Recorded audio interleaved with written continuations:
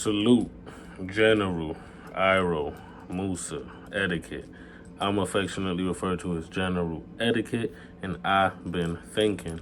Man, first and foremost, shout out to one of my subscribers, Mr. 99K. I have a question that was submitted from him, man, and I want to get to it. So Mr. 99K asked me, he said he wanted us to unpack on the channel, how do we deal with arrogant people and or parents trying to hold you back? Now, the truth of the matter is, this is something that I've dealt with, that I'm still dealing with, right? That I'm still trying to unpack. But the progress that I've made thus far, right, if I can share with you humbly, is this idea of the first thing you have to do is take your parents off of the pedestal that they may be on. They may or may not be. I don't want to be presumptuous, but oftentimes, or more often than not, people have their parents on a pedestal, right? And the barometer we grade them on is this Western notion and standard of parenting, right? And that's sort of the metric, right? But at the end of the day, what we have to realize is that they are a person with shortcomings. They're a human being who is fallible. And the truth of the matter is that whatever they lack, they don't have to give, right? So if they're arrogant, if they're trying to hold you back, oftentimes that's akin to them trying to keep you close, right? And you have to, the first thing you have to do is understand that a parent wants to protect, right? It's natural, it's intrinsic. And you can't scream enough, you can't beg for elbow room enough to make that parent back up, to make an arrogant person back up. It's no different than setting a boundary in any other phase of your life, any other stage of your life, right? With an arrogant person, with a parent trying to hold you back, you have to shift and move differently, right? Insanity, doing the same thing and expecting a different result. People respect action. People respect movement. Now, it's going to hurt. It's going to be painful. Telling your parents no is painful, right? Now, oftentimes, if your parents was a part of your life to some degree, if you feel a need to make them proud, right? A lot of people feel a sense of obligation to their parent, right? They spent a long part of their lives living to impress their parents, living to garner their parents' love, right? So as they transition into that adulthood, right, and they try to figure out what is it that they need in terms of support from their parents as they transition into adulthood, right? What does that guidance start to look like? What does that wisdom start to look like? Right? Understanding that it's about you transitioning into a different stage of your life. There's a different level of respectability that you want and need, right? There's a different way that they have to engage you. But oftentimes, parents will never just say, okay, you're grown.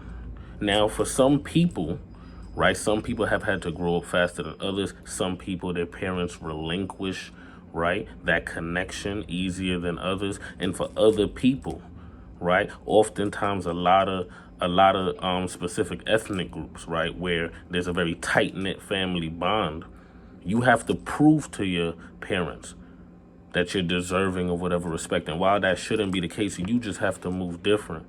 So the same way with an arrogant person, you have to set a boundary. This isn't acceptable.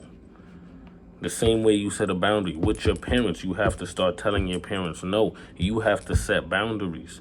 You have to set boundaries to protect your peace. And it's going to be incredibly difficult. It's going to be painful. And it's going to be hurtful.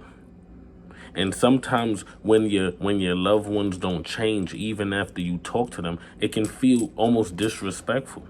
It can feel hurtful. I know I felt hurt. I know when I talked to certain family members and certain loved ones, and there was no movement, there was no change in behavior. It was almost like a slap in the face. It felt disrespectful. What you have to understand is that people are going to be who they're going to be. You have to see and understand your parents for who they are.